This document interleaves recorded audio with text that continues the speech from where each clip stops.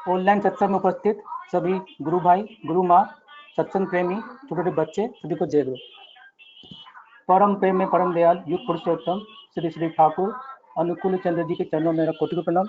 परम आराध्य जगत जननी श्री बोरदा के चरणों को प्रणाम। परम पूज्यपाद श्री श्री बोरदा के चरणों में कोटि प्रणाम। परम पूज्यपाद आचार्य देव श्री श्री दादा के चरणों में कोटि प्रणाम। पूजनी भगवदा के चरणों में कोटि। श्रद्धे अरुण गांगुली दा मुझे काफ़ी दिन से बोल रहे थे कि सत्संग में ज्वाइन करने के लिए, और ऑनलाइन सत्संग के माध्यम से ही उनसे हमेशा ही कुछ ना कुछ बात होता है। और मैं इंदौर से हूँ, मध्य प्रदेश से। हम लोग का जो ऑनलाइन सत्संग है जो हम लोग करते हैं, तो श्रद्धेय दादा के जो सुझाव होते हैं उनके बातचीत करके बहुत सारा चीज़ ठाकुर जी का हम लोगों ने हिंदू सत्संग में किया। मैं इसके लिए धन्यवाद ज्ञापन करता हूँ दादा का। और आज ठाकुर जी का दया है कि लखनऊ सत्संग बिहार की तरफ में आज मैं बोलने के लिए उपस्थित हुआ हूँ। मैं ये सोचता हूँ और समझता भी हूँ कि यदि ठाकुर न होते मेरे जीवन में तो क्या होता। ये सब लोग अपने मन में प्रश्न करें कि ठाकुर न होते मेरे जीवन में तो क्या होता। तो मैं ये बोलता हूँ ठाकुर जी जी दादा, आपके सत्संग चल रहे होंगे इंदौर का, उसका आवाज आ रहा है थोड़ा, अगर वो अच्छा कम हो जाए। ठीक है ठीक है।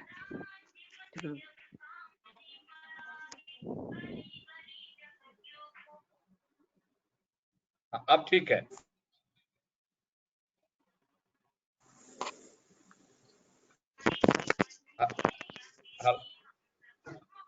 जय गुरु दादा। तो मैं एक मेरे मन में एक ख्याल उठा, जो परम पूज्यपाद से दादा मुझे आदेश दिए थे ऋतिक कॉन्फ्रेंस अक्टूबर में कि मलिया क्या आप एक गाना लिख सकते हो ठाकुर जी का। तो मैं उनके पास में गया और प्रणाम किया। और जब मैंने सुना कि गाना लिखना है तो पूजनी बाबा एकदम मुझसे पूछे, क्या आप एक गाना लिखे हो कभी ठाकुर जी का। तो बोले ना, कभी लिखा नहीं। तो बोले कैसे लिखोगे। तो मैंने बोला दादा मैं कोशिश करूंगा, दादा आज्ञा है जैसे कोशिश करूंगा। तो ऐसा करके मुझे पूजनी बाबा एकदम बोले खूब सुंदर ढंग से ठाकुर जी का गाना लिखिएगा, और जैसे दादा बोले हैं, आचार्य देव बोले हैं, वैसा करके दीजिएगा। उस दिन मैं जब वहां से निकला तो मुझे मन में वही था, कैसे मैं ठाकुर जी का जो बात है, ठाकुर जी का जो मैं दादा के माध्यम से मुझे आशीर्वाद हुआ है उसको कैसे पूर्ण करूं। मैं सोचता रहा कि मेरे जीवन में ठाकुर जी का क्या महत्व है, ठाकुर जी क्या दिए हैं। तो वो देखने के लिए मैंने एक छोटा सा कविता लिखा था, गाना लिखा था। ये ठाकुर न होते मेरे जीवन में, सीख न पाता प्रेम जीवन में, सीख न पाता प्रेम जीवन में। यदि ठाकुर न होते मेरे जीवन में, सीख न पाता प्रेम जीवन में, सीख न पाता प्रेम जीवन में। ये गाना ठाकुर जी का था। इसको मैंने जब लिखा, लिखने के बाद सुर मिलाया, मेरे जो साले साहब है श्रद्धेय दीपम लाल, वो तबला बजाते हैं खूब सुंदर, उनके साथ बैठकर मैंने राग कुछ जमजमाया। मेरी वाइफ है प्रीतम दास, और ऐसा करके रात गाना बना। लेकिन गाने खत्म नहीं हो पा रहा था, और ऋतिक कॉन्फ्रेंस का दूसरा दिन था। आचार्य देव दादा मुझे बुलाए, ए मल्लेश को पूछो गाना हो गया। तो गाना तो पूरा हुआ नहीं था। फिर भी चेष्टा करके मैंने उसी समय 2 लाइन वहीं पर जोड़कर ठाकुर जी का, मैं इच्छा है आज दादा इच्छा कर रहे हैं कि गाना हो जाना चाहिए, तो गाना दे दिया। गाना देने के बाद पूजनी बाबा दा वहीं बैठे हुए थे। उनको जो प्रिंट आउट में गाना मिला देखकर बहुत खुश हुए। वो खुश इतना हुए, वो घोषणा किए सबके सामने कि आज नाट मंडप में 3 गाना होगा। वो 3 गाना में पूज्यपाद से बाबा जो गाना लिखे हैं वो गाना होगा। दूसरा जो डॉक्टर विनायक महापात्र उड़ीसा से हैं, उनका एक गाना है। और तीसरा जो मलियस लिखा है वो गाना है। ये 12:15 PM पर पूजनीय बाबा इधर बोलते हैं। और ये बात सुनने के बाद मेरे मन में इतना प्रेरणा हुआ। तो ये चीज बताने के लिए मैं यहाँ उपस्थित इसलिए हुआ कि ठाकुर जी के प्रेम जो हमको जीवन में मिला है, ठाकुर जी का जो हमको सीखने को मिला है वो है प्रेम। और इसका जो अमृत वर्षा करते हैं वो करते हैं पूज्यपाद श्री दादा आचार्य देव और आज मेरी जो डॉक्टरेट फिजिक्स में है, जिसे उतना ज्ञान नहीं है, मैंने शायद स्कूल में कभी 7th या 8th में स्कूल की मैगजीन में कविता लिखी थी, उसको कभी नहीं लिखा। वो पूज्यपाद दादा का इच्छा से मैं सब कुछ कंप्लीट किया।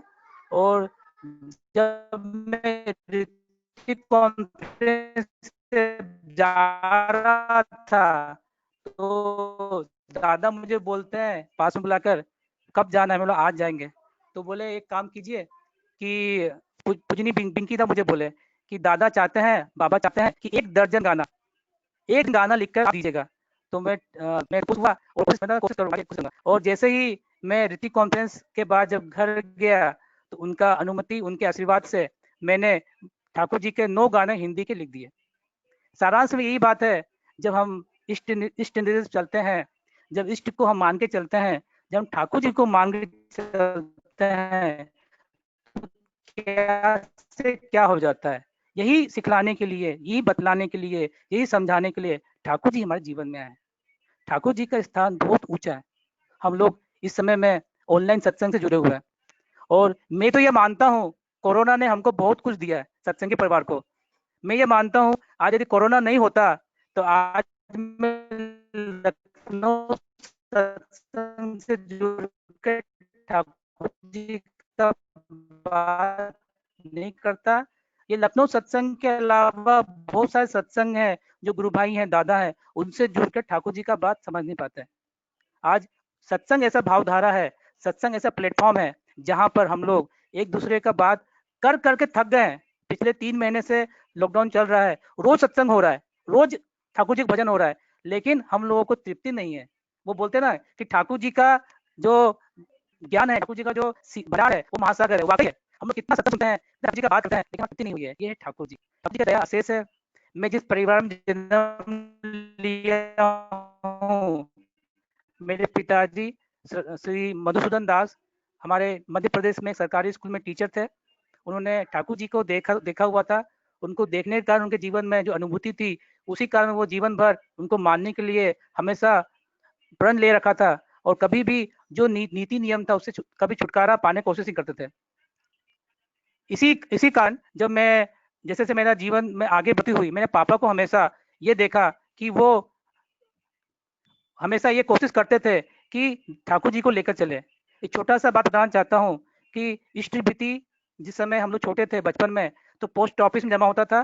तो पोस्ट ऑफिस में जमा करने के लिए हम लोग जब जाते थे या पापा जाते थे, जब तक पोस्ट ऑफिस खुलता था 8 बजने के बाद, उसके बाद जैसे ही वो इष्टभृति जमा होता था, उसके बाद वो पानी पीते थे, हम लोग पानी पीते थे। तो ये जो नियम इष्टभृति का इतना कड़ा अनुशासन था कि आज हम लोग इतना कुछ बनकर ठाकुर जी का काम करने के लिए अग्रसर हैं। मेरे जीवन में जो दूसरा प्रभाव दिए, मेरे इंदौर में श्रद्धेय सुरेश कुमार दासदा हैं, जो ऋतिक हैं, कर्मी हैं। वो बहुत पुराने कर्मी हैं मध्य प्रदेश के, और उनके माध्यम से मैं घर घर जाकर लोगों से मिलना, इष्टभृति का बात करना, याजन करना, ये कुछ सीखा। और इसी बहाने मैं लोगों का मन की भावना क्या है, ठाकुर जी को कैसे उनके अंदर लाया जाए, ये सीखता रहा। एक छोटी सी घटना मैं बताना चाहता हूँ।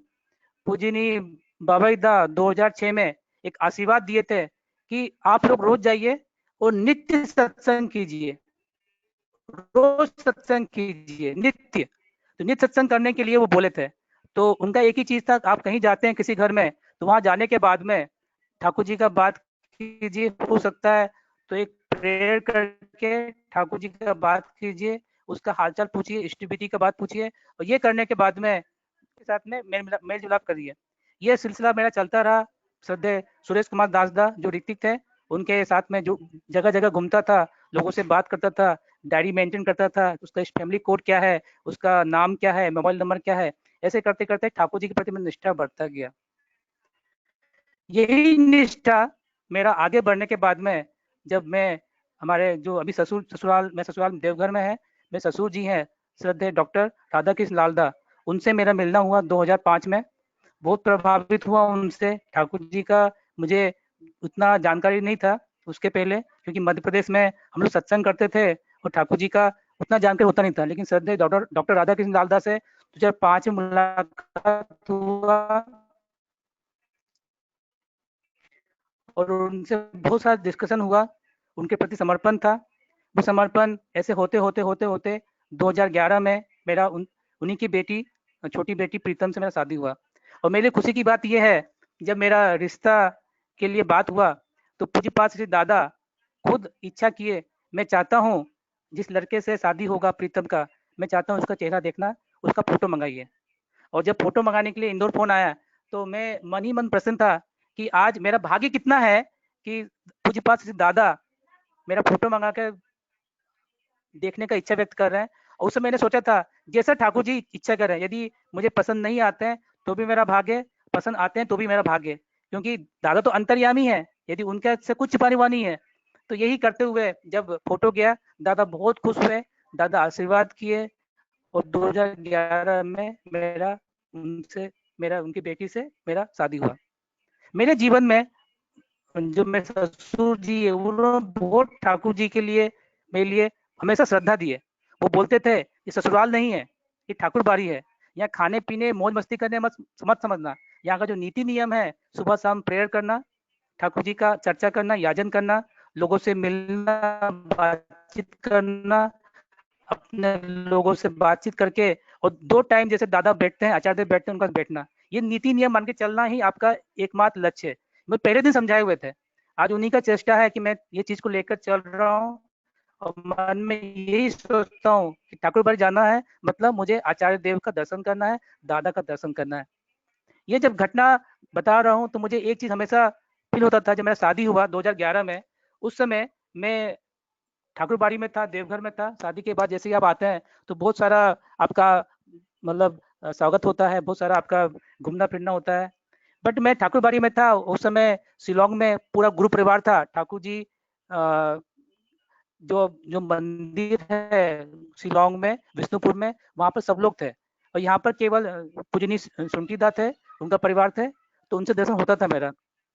पता नहीं एक दिन मुझे 2 दिन रुकने के बाद शाम को ये इच्छा हुई कि इतना दूर आया हूँ, ठाकुर जी दर्शन तो कर लिया, लेकिन आचार्य संग नहीं किया, पूज्यपाद श्री दादा के मैंने संग नहीं किया, तो क्या किया जाए। उस समय 2011 की बात है, शिलोंग सब मेरे मन में था, लेकिन पता नहीं था कैसे जाना है। मैंने ससुर जी से बोला, ससुर जी बोले जाने का तो है साधन, लेकिन यहाँ से नहीं है, आपको वर्धमान जाना पड़ेगा। मैंने कैसे जाएंगे, क्या होगा, बोला कोशिश करता हूँ। तो जैसे तैसे कोशिश करके मुझे बताया, और मैं अपनी वाइफ, मेरा बड़ा साला जो राजा बाबू उनके साथ में मैं यहाँ से गया। बस मेरी ये इच्छा थी कि शादी हुआ है मेरा और ठाकुर जी दर्शन तो हो गए, एक बार जाके आचार्य देव दर्शन कर लूंगा, उसके बाद मैं छुट्टी खत्म हो जाएगा। और मैं छुट्टी खत्म होने के बाद अब 3 महीने बाद या 6 महीने बाद आऊंगा, तब तक तो काफी दिन हो जाएगा। मैं चाहता हूँ कि इमीडिएटली उनके दर्शन करके प्रणाम किया जाए, ये भावना मेरे अंदर था। तो जैसे तैसे हम लोग गुवाहाटी शिलोंग पहुंचे, और रात को जब हम पहुंचे हैं तो शाम हो चुका था, 6 बज गए थे। सबसे पहली बार आचार्य देव दादा के दर्शन मैंने किए। उस समय आचार्य देव दादा किसी के साथ में कॉइन्स गिन रहे थे, जो दादा को बहुत सुंदर शौक है पुराने जमाने के कॉइन्स को गिनने का। तो वो कॉइन गिने थे, मुझे मुझे देखे, मुझे देखने के बाद में वो बोले मुझे देखकर बहुत खुश हुए। उनका खुशी का ठिकाना नहीं था। वो बोले जाओ अच्छे से नहा धोकर खाना वाना खाकर फिर शाम को सत्संग में आना। ऐसा करके वो गए, और प्रेयर का टाइम हो गया था। प्रेयर का टाइम होने के बाद मैं जब उनसे मिला तो बहुत खुश थे। मेरे हाथ में उस समय ससुराल से दी हुई घड़ी थी, खूब सुंदर चेहरा देखकर इतना खुश हुए, वो निहारते जा रहे थे। जैसे एक नई दुल्हन आती है, दुल्हन को देखकर खुशी होता है, उसे देखकर खुशी होते हैं। और वो मेरी वाइफ से बोलते हैं, प्रीतम से बोले, ए तू कैसे आई यहाँ पर। तो आगे वो बोली कि ये चाह रहे थे कि आपके दर्शन करना है।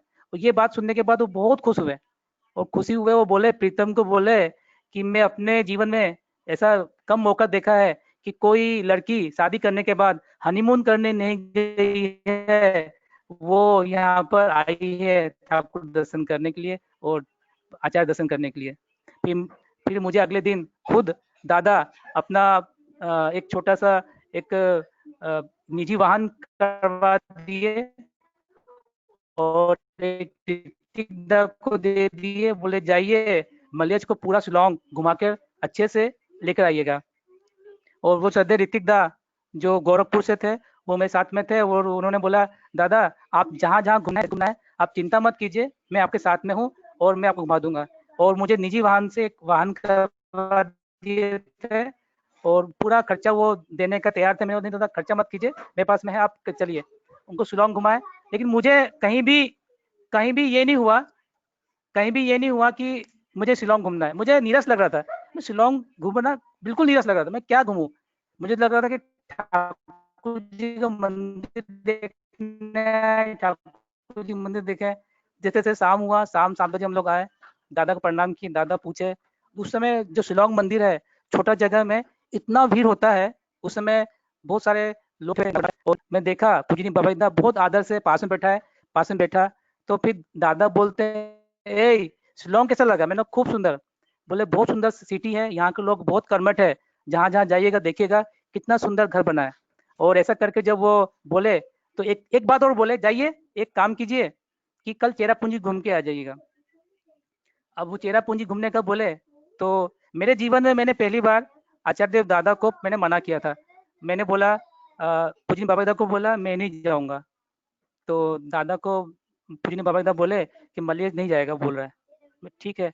तो ऐसा करके वो उस दिन नहीं गया। मैं 2 दिन रहा। 2 दिन रहने के बाद जब अंतिम दिन बचा था, पूजनी बाबा दादा बैठे हुए थे, दादा बैठे हुए थे, तो उस दिन करीब रात को फिर से दादा बोले चेरापूंजी के बारे में सुंदरता बताए, वहाँ पे क्या बहुत बड़ा बड़ा एक जो बहुत सारे पेड़ हैं वहाँ, जो एक सुंदर सेंचुरी, वो सब पता है। और वो बिल्कुल ऐसा वर्णन करते जैसे घर का कोई व्यक्ति अपने मन से बताता है।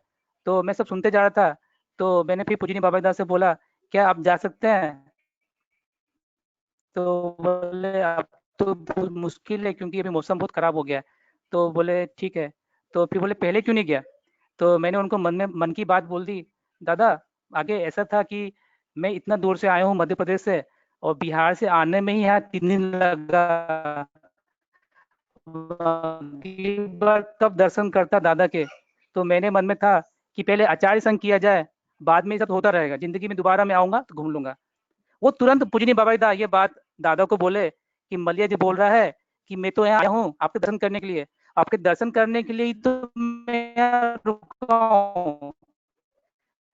चेरापूंजी तो घूमना मैं बाद में कर सकता हूँ।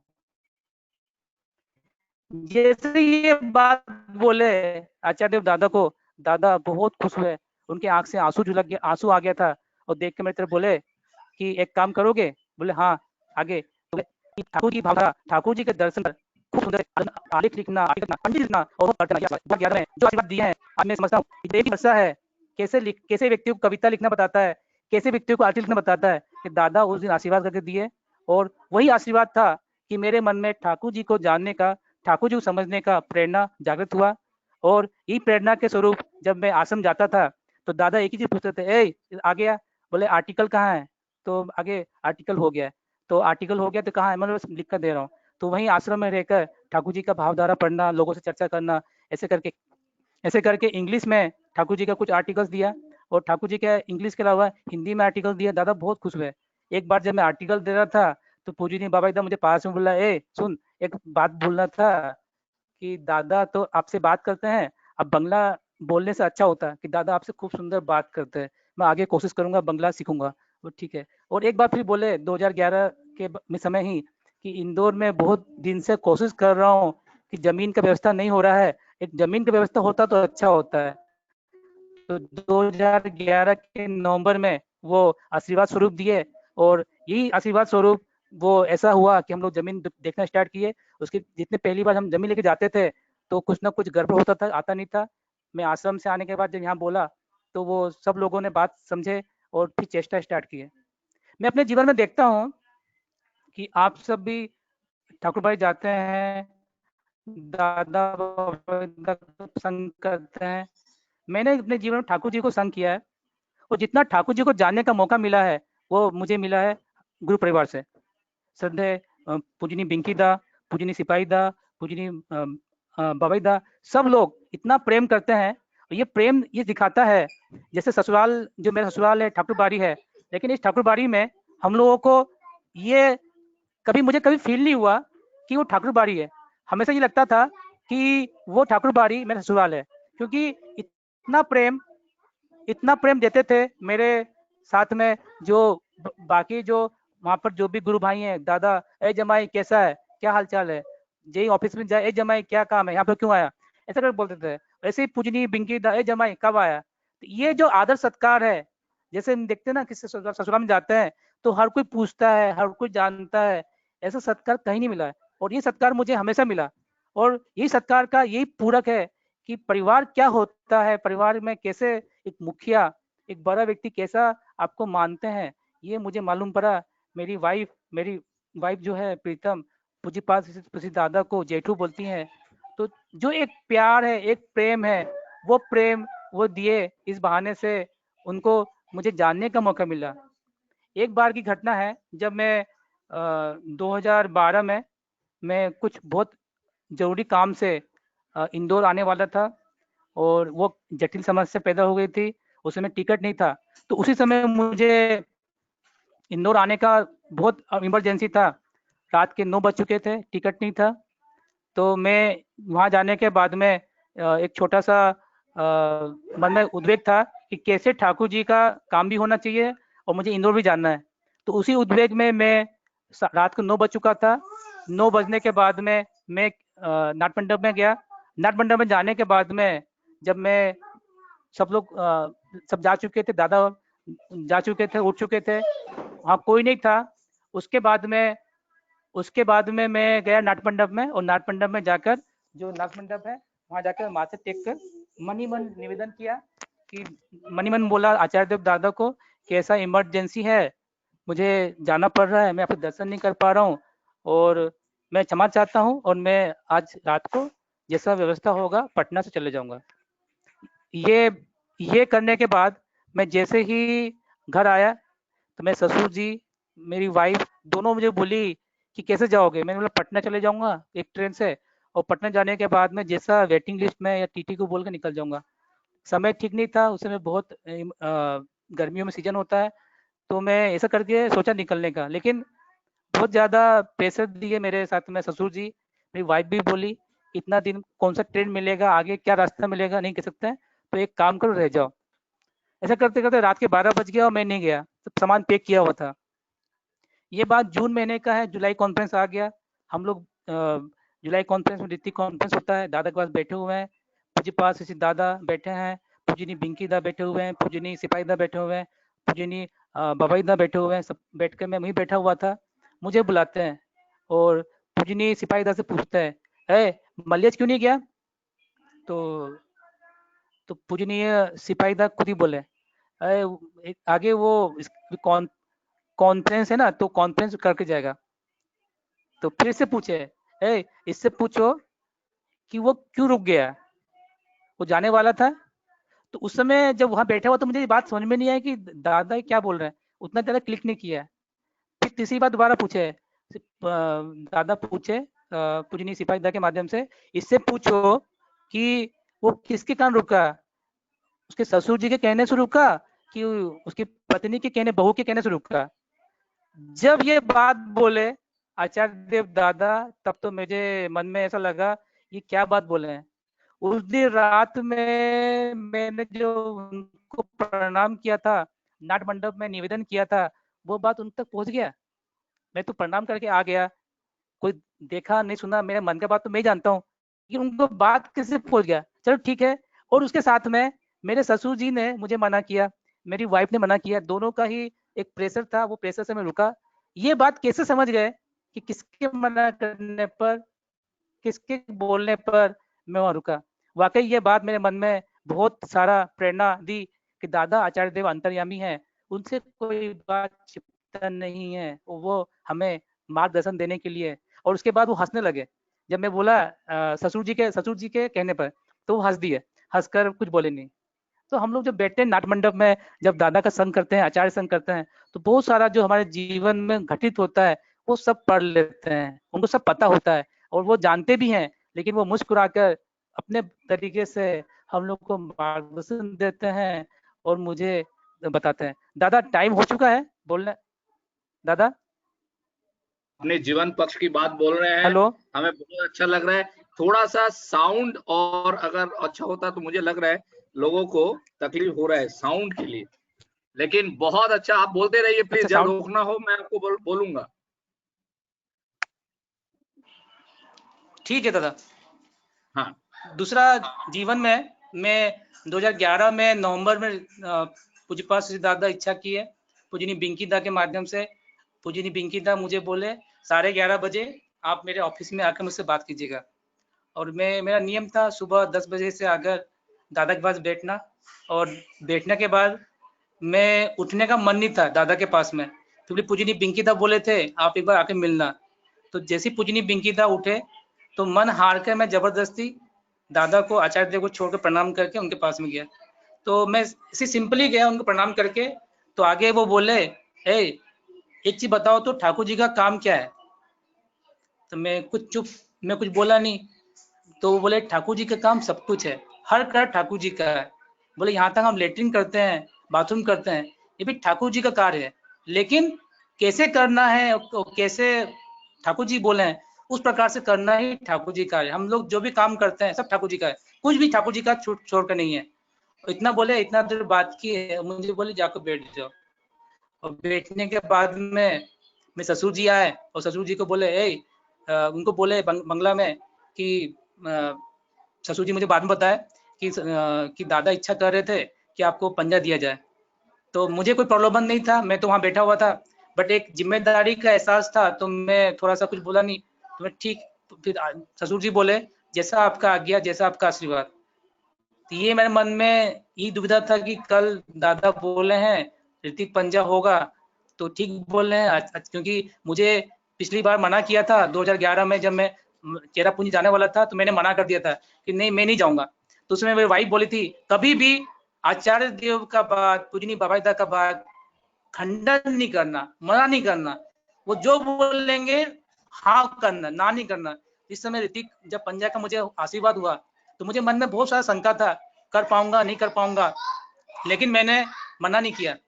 फिर पता नहीं क्यों जब शाम को मैं जब बैठा, आचार्य देव दादा को प्रणाम किया, तो वो बुला के मुझे बोले मेरे पास में आओ, बैठे और मेरे माथे पर ऐसा करके हाथ रखे। और ऐसा हाथ रखने के बाद जब 5 मिनट माथे पर हाथ रखे, एक अलग ही मन में एक तरंग उठा। वो तरंग उठने के बाद में मुझे ये लगा कि वाकई ठाकुर जी का एक फीलिंग है, वाइब्रेशन है, जो मेरे जीवन में जरूरी था, जो आचार्य देव दादा मुझे देना चाह रहे हैं। और मैं उस समय बिल्कुल अलग, मैं उस दिन रात को भी घर आया तो मेरे साले साहब थे, वाइफ थी, मैं बोल रहा था कि पता नहीं मुझे कुछ अजीब फीलिंग हो रहा है। जब आचार्य देव दादा मुझे लेकर गए, मुझे जब वहां से आया, मुझे पूरा रात समझ लीजिए, जब हम लोग नाम करते हैं, ध्यान करते हैं और घंटों बैठते हैं, बहुत घंटों बैठते हैं, तो उसके बाद जो हमको वाइब्रेशन फील होता है, वो कुछ मिनटों में आचार्य देव दादा, शिशि दादा जब माथे पर मेरा हाथ रखे, वो फीलिंग हुआ। और वो उनका यही आशीर्वाद था कि आप ठाकुर जी का कार्य कीजिए, ठाकुर जी का कार्य करते रहिए, ये आशीर्वाद करके मुझे बोले। और सर उसी दिन, अगले दिन खूब सुंदर ढंग से दादा पहला सुंदर ढंग से ठाकुर का बात बोले, और एक ही चीज बोले थे, you are for the lord not for others, you are for the lord and so for others. ये बात लेकर चलना, और उन्हीं के माध्यम से आज मैं जो जो काम कर पा रहा हूँ, ये करने की कोशिश कर पा रहा हूँ, वो कोशिश करने का कोशिश करता हूँ। मेरा जब दीक्षा देना शुरू हुआ तो शुरू में जैसे हम लोग कर्मी होते हैं, दीक्षा देने के लिए आयोजन करते हैं, उतना आता नहीं था। फिर भी कोशिश करके कुछ दिनों में दीक्षा हुआ, 101 दीक्षा भी हुआ। लेकिन दीक्षा देने के प्रभाव में मेरे मन में हमेशा चलता था कि दीक्षा जो दे रहे हैं उसमें दीक्षा क्वालिटी होगा कि नहीं होगा, उसमें दीक्षा में क्या हम जो कर पा रहे हैं इष्टविधि करेगा नहीं करेगा, और बाकी लोग जो मेरे इष्ट काम है वो काम मैं कैसे करूँ। इसी चिंता में मैं इंदौर में घर घर घूमता था, जो इष्टविधि छोड़ दिए उनका इष्टविधि बढ़ाना, जो लोग ठाकुर जी के आश्रम नहीं आते उनको ठाकुर जी के आश्रम में लेके आना, सातवती संख्या बढ़ाना, ये काम करता था। इसी क्रम में एक बार मुझे ऋतिक कॉन्फ्रेंस में पास में बुलाए, दादा दादा बुला के पूछते हैं, दीक्षा कितना हुआ? तो पूजनी बिंकी दा बैठे हुए थे, तो पूजनी बिंकी दा बोले आगे ये तो कोई दीक्षा दिया है, मैं कितना दीक्षा दिया है? तो वो खुद ही बोल दिया कि कम दीक्षा दिया है। अब कम दीक्षा मतलब होता है बहुत बहुत सारा अर्थ होता है। मुझे बताने में बहुत शर्म आ रहा था कि दीक्षा कितना हुआ, क्योंकि दूसरी बार मैं नेपाल गया था टूर पर छुट्टियों में, और नेपाल में दीक्षा बिल्कुल नहीं हुआ, और यहाँ भी आया तो वापस मैं ऐसे करके मेरा 7 या 8 दीक्षा हुआ था। तो दादा बोले दीक्षा कितना हुआ, तो हम बोले 7। तो पूजनी बिंकेता मेरा साथ सपोर्ट करके बोले ठीक है, अभी तो गया था, अभी वापस आया है, दीक्षा नहीं कर पाया इसलिए। तो दादा बोले नहीं, दीक्षा देना चाहिए। तो ऐसा करके मुझे बोले। उस समय जब मैंने देखा कि जो मेरे प्रिय हैं, जो मेरे आचार्य हैं, जो मेरे मार्गदर्शक हैं, जिनको लेकर मैं चल रहा हूँ, वो खुश नहीं है। मेरा टिकट बना हुआ था अगले दिन का, जाने का, इंदौर जाने का, तत्काल टिकट था। तो मैं सोचा क्या करूँ, मैं पूजनी बिंकिता के पास गया, उनसे बोला कि मुझे बहुत खराब लग रहा है, इच्छा किए हैं कि हमेशा के लिए मुझे लगेगा कि मैं यहाँ से गया खाली हाथ गया। मैं जाना नहीं चाहता हूँ, मैं चाहता हूँ इस बार कुछ दीक्षा देकर उसके बाद ही मैं वापस लौटूंगा। और इसी प्रण करके मैं उस दिन रात को यहाँ से देवघर से अपने जो मेरा दरभंगा जो क्षेत्र है, वहाँ किसी को मिलता जानता नहीं था, फिर भी मैं चेष्टा किया जाऊंगा दीक्षा दे के आऊंगा, और मैं चला गया। अगले दिन सुबह जब सब कुछ देख रहे हैं, मेरा मुझे देखे नहीं, तो पूछे कि मलियज कहाँ है, ससुर जी से पूछे, पूजनी बिंकिदा वहीं बैठे हुए थे। तो पूजनी बिंकिदा बोले कि मलियज को कल मेरे पास आया था दिन में, वो बोल रहा था कि मुझे अच्छा लग नहीं रहा है, तो दीक्षा के लिए जाना चाहता हूँ। तो बोले कहाँ गया, बोले वो गया है अभी दीक्षा देने के लिए। तो दादा बहुत चिंता हुए, तो कहाँ पर गया है, बोले वो गया है बास में है, अपने दरभंगा गया है। बहुत चिंता की है। और यहाँ मैं उनका उनका खुशी करने के लिए उस दिन दरभंगा में पहुंचा सुबह सुबह, और जैसा जैसा प्रयास करके 2 दिन के अंदर में मुझे जाना 20-22 दीक्षा हुआ, 2 स्वस्थ नहीं हुआ। और वहां से फोन गया कि आचार्य देव दादा चिंता कर रहे हैं, आप तुरंत लौट लौट के आइए। तो 22 दीक्षा देकर 2 दिन में जब मैं लौटा तो दादा बहुत खुश थे। मतलब वो खुशी 22 दीक्षा कोई सर्वोपरि नहीं है, लेकिन खुश इसलिए थे कि मेरी इच्छा थी, मेरा जो मन था आचार्य देव को खुश करना, और वो जो उनका एक मन में था कि इसको मैंने बोला वो चला गया, तो उसी खुशी में वो जो ट्रेनिंग दिए, वो जो मुझे शिक्षा दिए, वो दिन था कि जो 22 दीक्षा में दे के आया। उसके बाद मुझे इंदौर में कभी भी दीक्षा के लिए सोचना नहीं पड़ा। मैं खुद जाकर याजन करके 50 दीक्षा 100 दीक्षा आराम से हो जाता था। मुझे किसी के प्रति कोई मुझे कभी लगता नहीं था कि ठाकुर जी मेरे साथ में नहीं है। मुझे पूजनी बाबा जी एक बार बोले थे, जब भी कहीं जाओगे ठाकुर जी का नाम लेकर दीक्षा कर जाओगे, कोई दिक्कत नहीं होगा, आप दीक्षा के लिए प्रयास कीजिएगा। तो ये जो मुझे बताने का मैं बताना चाह रहा हूँ कि आचार्य संघ पूजनी बाबा जी का जो निर्देश मान के जी चलने से बहुत सारा चीज, मैं जैसा व्यक्ति जिसे शुरू में कर्मी होने के बाद दीक्षा देने में तकलीफ आती थी, मुझे प्रॉपर गाइडेंस देकर दीक्षा कैसे देना है, दीक्षा कैसे आपको याजन करना है, इसके बारे में पूजनी बाबा जी समय समय पर बोलते थे, बताते थे।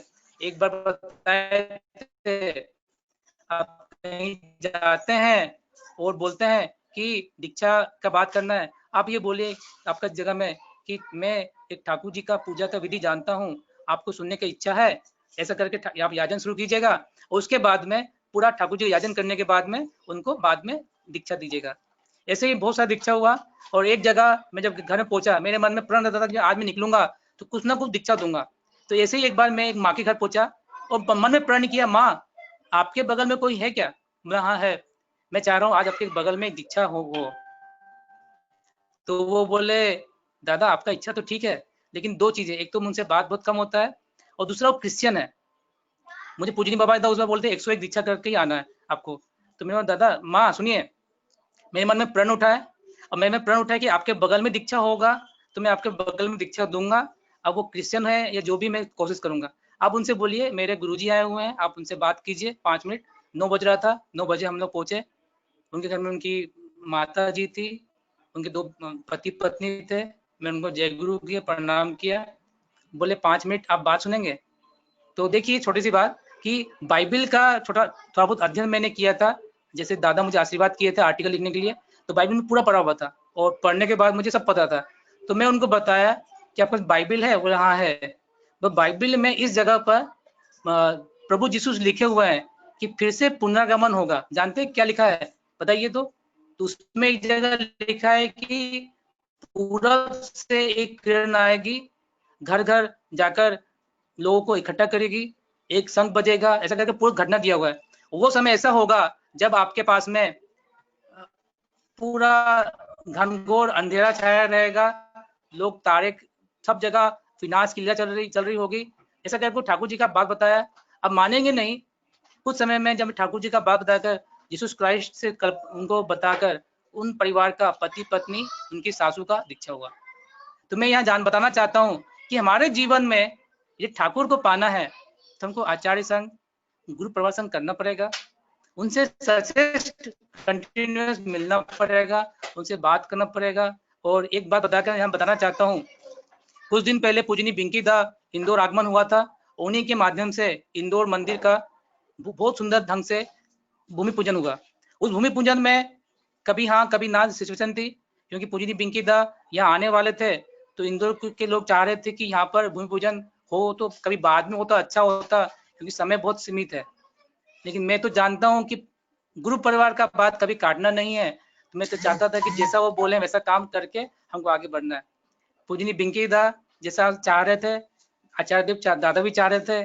जब पूजनी बाबा दा के पास ये बात गया तो वो बोले क्या हुआ, मैं ऐसा ऐसा है, रात को 9 बजे रात को पूजनी बिंकी दा आएंगे और उसके बाद में मतलब 6:30 बजे फ्लाइट है और 8 बजे तक पहुंचेंगे।